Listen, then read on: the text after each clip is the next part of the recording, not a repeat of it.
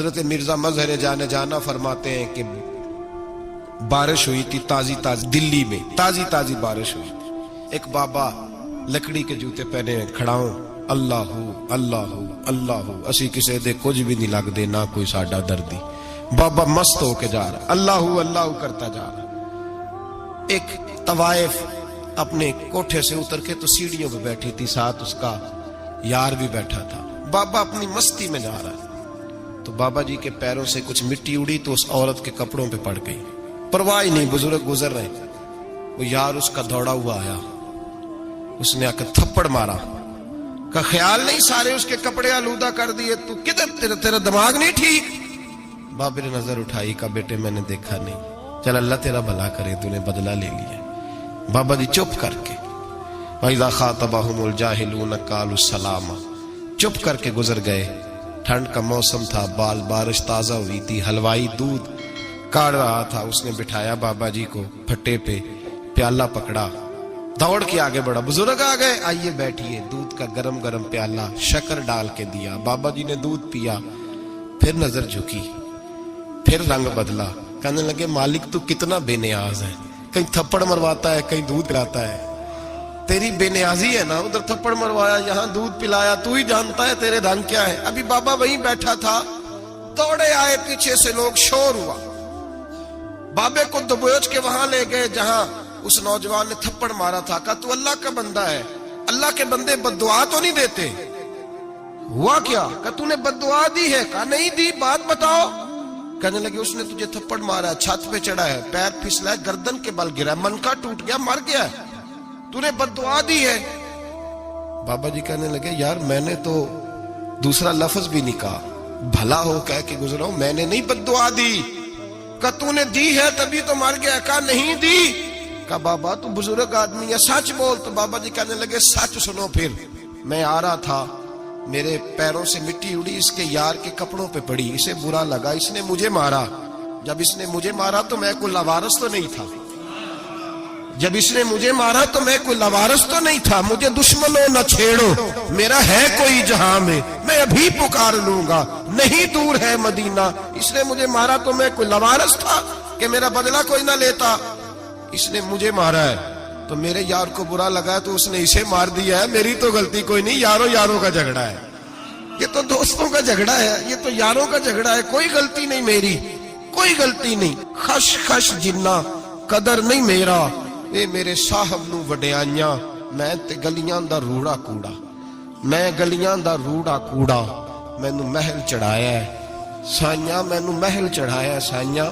فرمایا اس نے مجھے لوارث سمجھا تھا کہ تھپڑ مار کے گزر جائے، میرا کو پوچھے گا ہی نہیں. میرے رسول پاک علیہ السلام کے بارے میں رب فرماتے ہیں ابھی میں تو تیرے ہو تو وہ کافر کو سزا نہیں دیتا کہ تو موجود ہے. یاد رکھیں حضرت فضیل بن ایاز فرماتے ہیں ایک جوان تھا، مسجد میں آیا، لوگوں سے کہنے لگا روٹی کھلاؤ. کسی نے توجہ نہ کی. اس نے کہا میں رب بتانے والا ہوں، میری طرف دیکھو تو صحیح. کسی شخص نے خیال ہی نہ کیا. پھر اس نے کہا یار تھوڑا سوچو. نمازیوں سے کہا، اہل علاقہ سے کہا، انہوں نے کہا تیری طرح کے بڑے درویش دیکھیں. مسجد کے محراب میں وہ رب کریم کا بندہ انتقال کر گیا. جب فوت ہو گیا نا، لوگوں کا مزاج ہے بیمار کو دوائی نہیں دیتے، جنازے پہ وقت پہ پہنچ جاتے. جب کوئی گر رہا ہوتا ہے تو سہارا کوئی نہیں دیتا، جب کوئی گر جاتا ہے ٹانگ ٹوٹ جاتی ہے تو تیمارداری کو زمانہ پہنچ جاتا ہے. اور بزرگ وہ نوجوان اللہ کا نیک بندہ مسجد کے محراب میں فوت ہو گیا. حضرت فضیل ابن ایاز کہتے ہیں امام صاحب نے اعلان کیا چندہ دو، کوئی لاوارث فوت ہو گیا، کفن دینا. چندہ کٹھا ہوا، کفن خریدا، جنازہ پڑا، عشاء کے بعد دفن کر کے آئے. فجر کی نماز کے لیے جب امام اور مؤذن مسجد میں آئے تو چیخیں مارنے لگے، تڑپنے لگے، دور دور تک آوازیں پھیل گئی. دنیا دوڑی آئی، کیا ہوا؟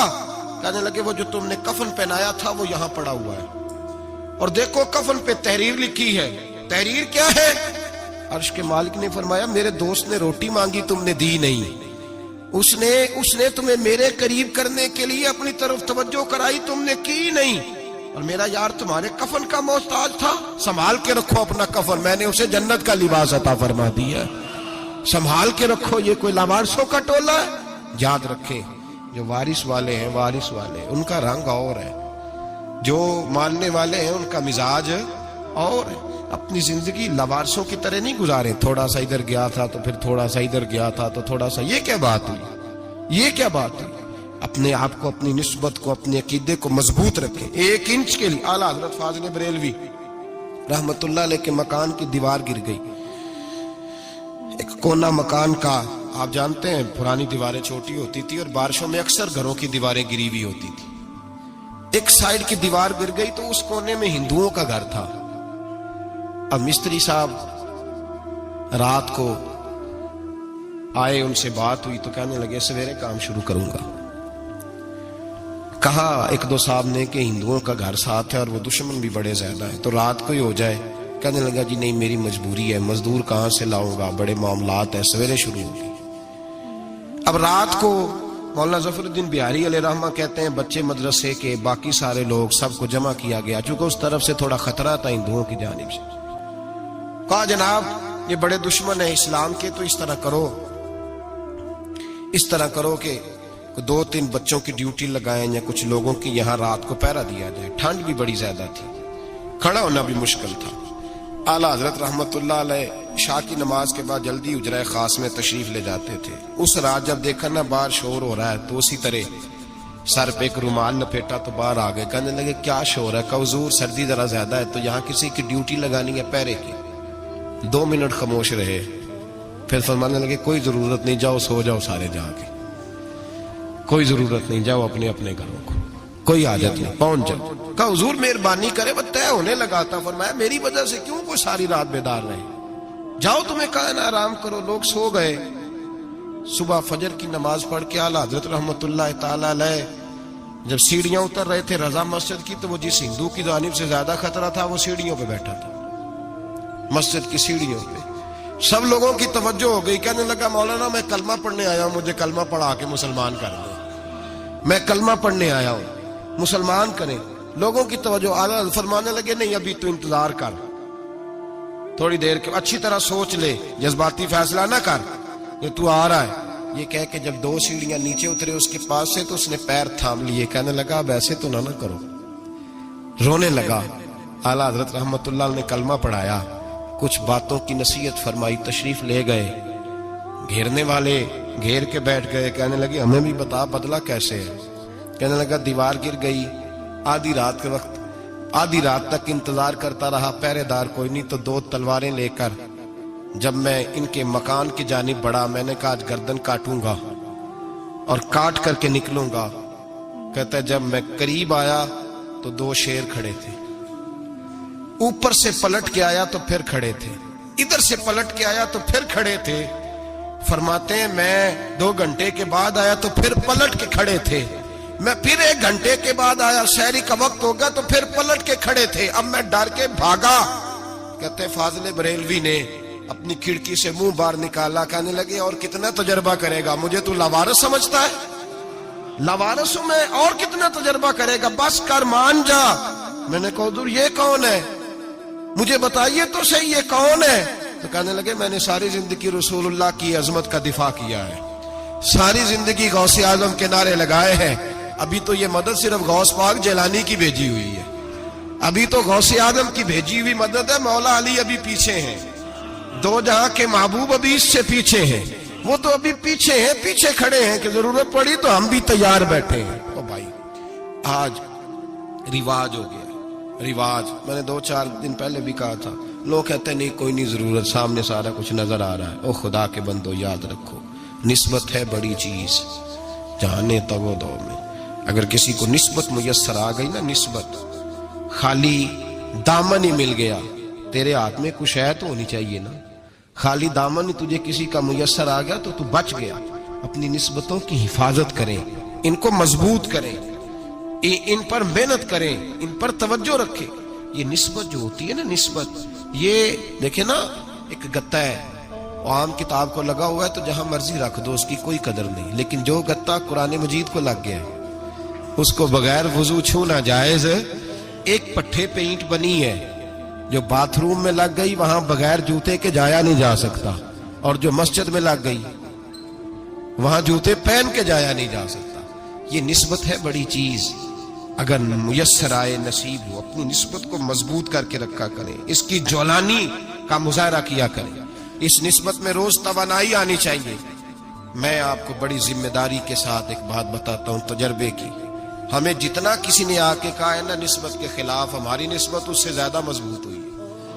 ہمیں جتنا کسی نے آ کے کہا ہے نا جی آپ کو کیا ملا، آپ کو کیا ملا، تو ہم نے اتنا کہا یار جیسے جیسے تو کہتا جاتا ہے ہماری تو نسبت میں اضافہ ہوتا جاتا ہے، ہمارا تو مزاج بدلتا جاتا ہے، روز ایک نیا پردہ کھلتا ہے، روز ایک نیا رنگ واضح ہوتا ہے، روز ایک نئی توانائی۔ ابھی تھوڑے دن کی بات ہے، ایک مولانا شرف الدین صاحب ہے، مفتی صاحب، میرے حضرت صاحب کے مرید ہوئے، مفتی تھے، عالم آدمی تھے، سرکار تاج الشریعہ، ہمارے شیخ سے بیعت کی۔ اب ہمارے حضرت صاحب کا اس وقت حال وہی ہے، وَرَأَيْتَ النَّاسَ يَدْخُلُونَ فِي دِينِ اللَّهِ أَفْوَاجًا، اب فوجوں کی فوجیں لوگ آتے ہیں۔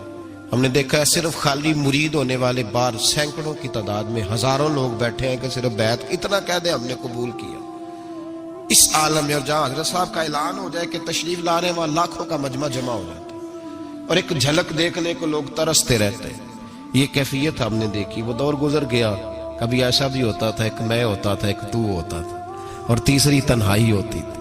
وہ دور بیت جاتا ہے، وہ لمحے کسی کسی کو نصیب آتے ہیں۔ حضرت کا وہ مولانا شرف الدین صاحب کہتے ہیں مرید ہوا، تو مرید ہوا مجمع میں، رسی حضرت پھینکتے ہیں یا چادر پھینکتے ہیں تو پکڑ کے مرید ہوا، تو ساتھ ساتھ اور چادریں باندھی تھی، لوگوں نے پکڑی ہوئی تھی۔ ایک مولانا، میں جب بیعت ہو کے آیا ان کو بتایا تو مجھے کہنے لگے یار تو ایسی جگہ مرید ہو گیا جو تیری بات بھی نہ سن سکیں، جن کو تو دکھڑا بھی نہ سنا سکے، جو مصروف ہی بڑے رہتے ہیں، کہاں مرید ہو گیا تو؟ ایسے پیر کا بیعت ہوتا جہاں تو جاتا وہ تیرے پاس آتے، گفتگو ہوتی، بات چیت ہوتی۔ کہتے جب انہوں نے مجھے بہت زیادہ قائل کیا نا، بہت زیادہ، تو میں نے ارادہ کر لیا، میں نے کہا بات ٹھیک ہے، بیعت کہیں اور ہونا چاہیے تھا۔ کہتے میں عشاء کے بعد سویا تو حضرت صاحب مجھے خواب میں ملے، خواب میں، اور فرمانے لگے مولانا جب آپ مرید ہوئے تھے تو آپ اس جانب بیٹھے تھے، اس کونے میں آپ تھے، اتنے لوگ آپ سے پہلے تھے، اس حال میں آپ مرید ہوئے تھے، اور جہاں تک بات چیت کرنے کی بات ہے تو آپ نے جو دل میں سوچا تھا وہ میں نے آ کے آپ کو بتا دیا ہے، پھر بھی بڑی ضرورت ہو تو میرے صاحبزادے کا نمبر لے لیں اور فون کر لیا کریں، بات ہو جایا کرے گی۔ کہتے ہیں یہ ابھی بات ہو ہی رہی تھی کہ میرے دروازے پہ دستک ہوئی تو میری آنکھ کھل گئی، میری آنکھ کھلی تو میں پریشان ہوں کہ نمبر تو ملا نہیں۔ ایک انجینئر صاحب میرے محلے میں رہتے تھے، فرماتے ہیں وہ شام کو میرے پاس آئے اور کہنے لگے مولانا سنا ہے آپ حضرت مفتی اختر رضا صاحب سے مرید ہو گئے؟ میں نے کہا ہاں، تو کہنے لگے میں ان کے مدرسے میں کام کر کے آئے ہوں، میرے پاس ان کے بیٹے کا نمبر ہے، چاہیے آپ کو؟ نمبر ہے چاہیے؟ کہتے ہیں نمبر مجھے وہ شام کو گھر آ کے دے گئے۔ اب جب میں آستانہ نور پہ بریلی شریف ملنے کے لیے حاضر ہوا تو میرے دل میں خیال آیا، جب میں اندر گیا نا تو میرے دل میں خیال آیا حضور خواب جو آئی تھی اتنی بھی جلدی کیا ہے، ذرا ٹھہر جائیے، آپ ملے جو تھے تو صاحب نمبر بھی دے ہی جاتے۔ میرے دل میں خیال آیا تو السلام علیکم کے بعد حضرت کہنے لگے مولانا مجھے تو جلدی کوئی نہیں تھی، آپ کے دروازے پہ دستک ہو گئی تھی، مجھے تو کوئی جلدی نہیں تھی، آپ کا دروازہ بجنے لگا تھا، مجھے تو جلدی کوئی نہیں تھی لوٹنے کی۔ ہر مشکل دی کنجی یارو ہاتھ مرداں دے آئی، اور مرد نظر کرے جس ویلے مشکل رہے نہ کائی۔ بس لوگوں یہ یاد رکھو اور اس پہ عمل کرو، اپنی نسبتوں کو مضبوط کریں۔ ہمارا تو جیسے دن کا اجالا چمکتا ہے نا، چمکتا ہے دل کا اجالا، جیسے نیا دن چڑھتا ہے ہمارے لیے تو ایک نئی روشنی لے کے آتا ہے۔ اپنے آپ کو بیدار رکھیں۔ سورج اگر باہر پورا نکل آئے نا تو جو آدمی آنکھیں زور سے بند کر لے اسے کوئی شے نظر نہیں آتی، پورا سورج نکلا ہوا بھی ہو۔ سورج اسے نظر آئے گا جس کی اپنی آنکھیں بھی کھلی ہوں گی، تو آنکھیں نہیں کھول رہے، تو آنکھیں نہیں کھول رہے، آنکھیں، یہ شکوہ آنکھیں نہ کھولنے کا ہے، آنکھیں نہیں کھول رہے تو سورج کیسے نظر آئے گا؟ بات ذرا سخت ہے پر چلو آپ میرے عزیز ہے کر جاتا ہوں۔ ملا رومی رحمت اللہ تعالی علیہ فرماتے مجھ سے ایک شخص نے کہا کہ نبی پاک صلی اللہ تعالی علیہ وسلم اگر سراجم منیرہ ہے تو نظر کیوں نہیں آتے؟ تو میں نے کہا الو اگر آنکھیں بند کر لے تو اسے کوئی شے نظر نہیں آتی، آنکھیں بند کر لے تو اسے کوئی شے نظر، تو آنکھیں تو کھولنا، آنکھیں کھول۔ یہاں میں اپنے کمرے میں یوں پردہ آگے کر کے لائٹ بند کر کے باہر شور مچاؤں، سورج کوئی نہیں، سورج کوئی نہیں، تو مجھے کوئی بندہ کہے گا پاگل، اس طرح کر، باہر نکل، ادھر آ تجھے دکھاؤں سورج ہے کہ نہیں، تیری تو اپنی آنکھیں بند ہے۔ اقبال کہتے ہیں دل بینا بھی کر خدا سے طلب، آنکھ کا نور دل کا نور نہیں، اندر کی آنکھیں کھول، اندر اتنا اندھیرا ہے تو باہر کیسے نظر آئے گا؟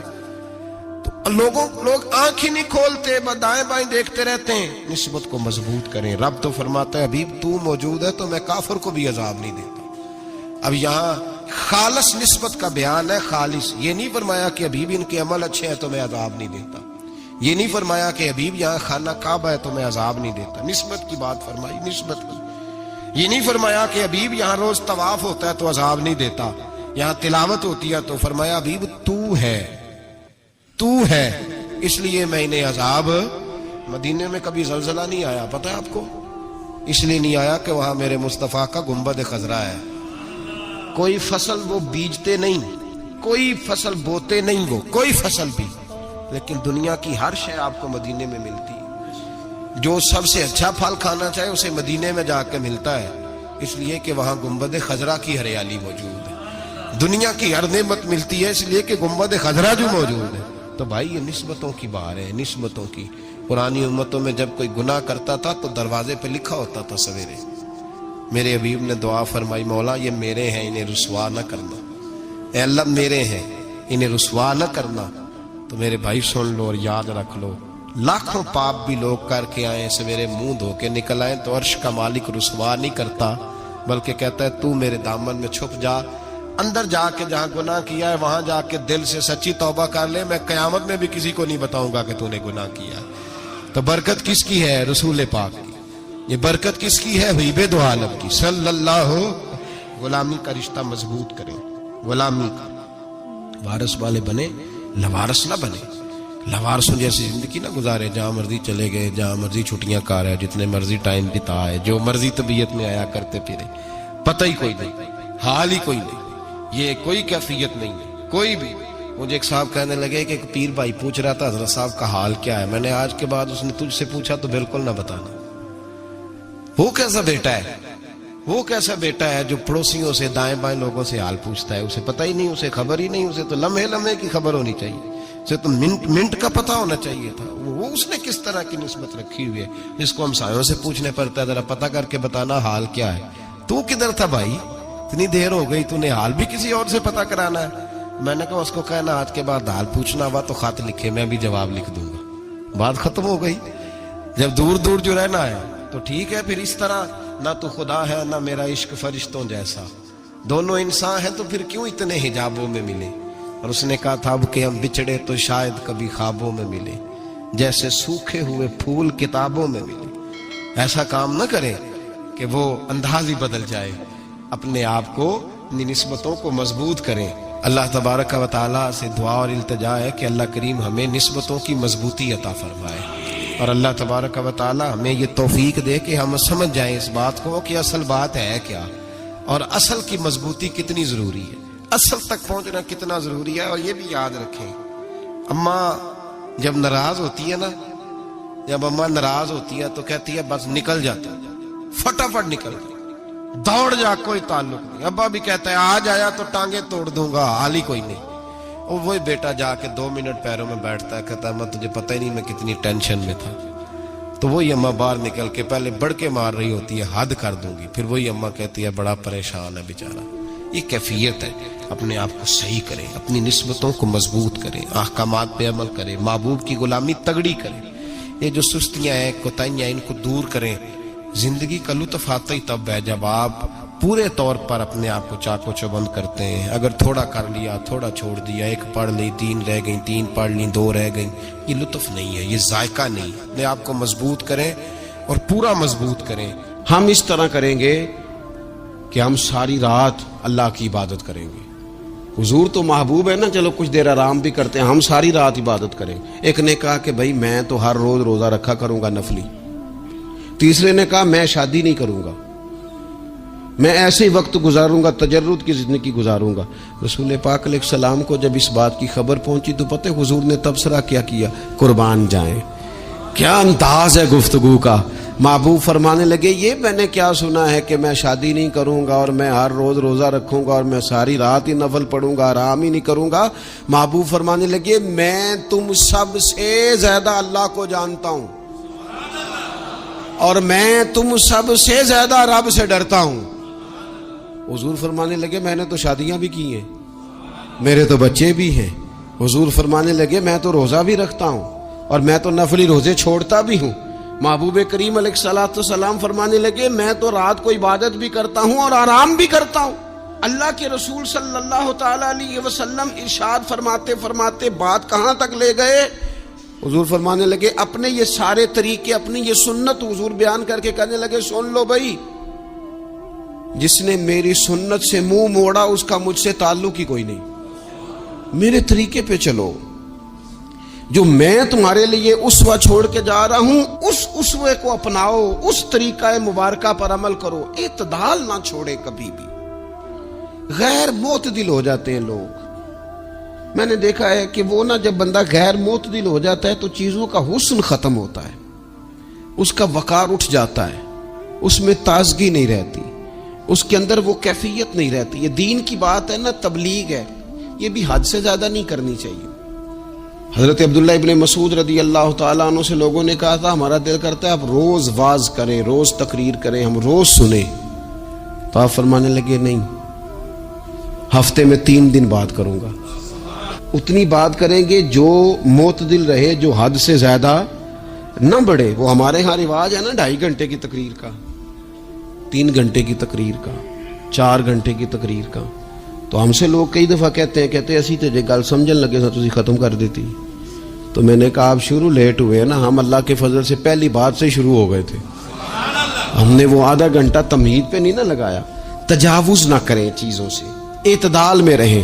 دیکھیے اسلام ہمیں یہ کہتا ہے کہ تم کھانا کھاؤ، کلو وشربو، کھاؤ بھی پیو بھی، تمام جائز چیزیں کھانے کی اجازت ہے، لیکن نبی پاک علیہ السلام نے فرمایا کمر سیدھی رکھنے کے لیے کھاؤ، اور جب تمہارا بڑا جی چاہے نا پیٹ بھر کے کھانے کو تو کریم فرمانے لگے پھر بھی 3 حصے کرو کھانے کے، ایک حصے میں ہوا ہو، ایک میں پانی ہو اور ایک میں خوراک ہو، پھر بھی پیٹ بھر کے نہ کھاؤ۔ بلکہ اللہ کے رسول صلی اللہ تعالی علیہ وسلم فرمانے لگے کسی نے اتنا برا برتن بھرا ہی نہیں جتنا کسی نے اپنے پیٹ کو بھرا، سب سے برا برتن تم نے بھرا۔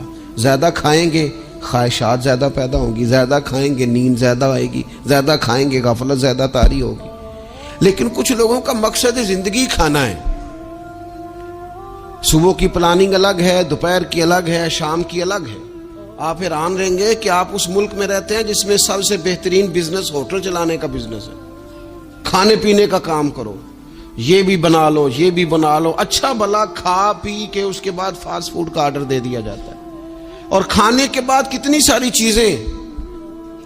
اب تو یہ میں کچھ عرصے سے دیکھ رہا ہوں، اچھا بھلا کھانا کھاتے ہیں، اس کے بعد چائے کے ساتھ بسکٹ آ جاتے ہیں۔ میرا ایک غریب گھر سے تعلق ہے، ہم تو اس وقت چائے کے ساتھ بسکٹ کھاتے تھے، رس کھاتے تھے جب روٹی کوئی نہیں ہوتی تھی، یا روٹی کھانے کا پروگرام نہیں ہوتا تھا، کوئی پرہیز چلتی تھی۔